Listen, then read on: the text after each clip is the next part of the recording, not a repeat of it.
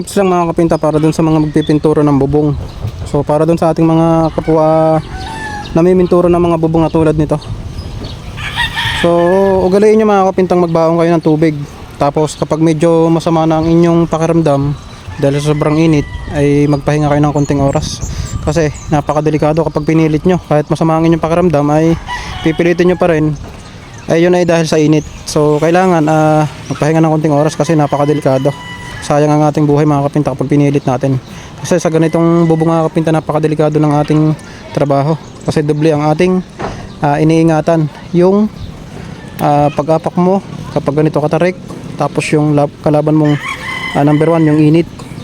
So kaya mga kapinta, para dun sa mga nagpipintura ng bubong, magbaon kayo ng tubig.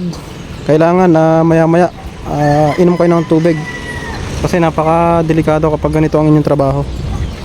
So yun lang mga kapinta, share ko lang kasi kami, ang ginagawa namin ay ito, yung bubong pinipinturahan namin at talagang ingat na ingat kami. Bawat apak namin, tinitingnan namin yung inapakan namin. Kasi dapat ay kapag kayo magpipintura ng bubong ay dapat lagi kayong tutungtong sa may iskruhan para hindi masira yung bubong mga kapinta. Ganito kami magpintura, maingat, tapos syempre kailangan lagi may bawang tubig. Yun lang mga kapinta, salamat sa panonood at hanggang dito lang muna po. Share ko lang para sa mga magpipintura ng bubong.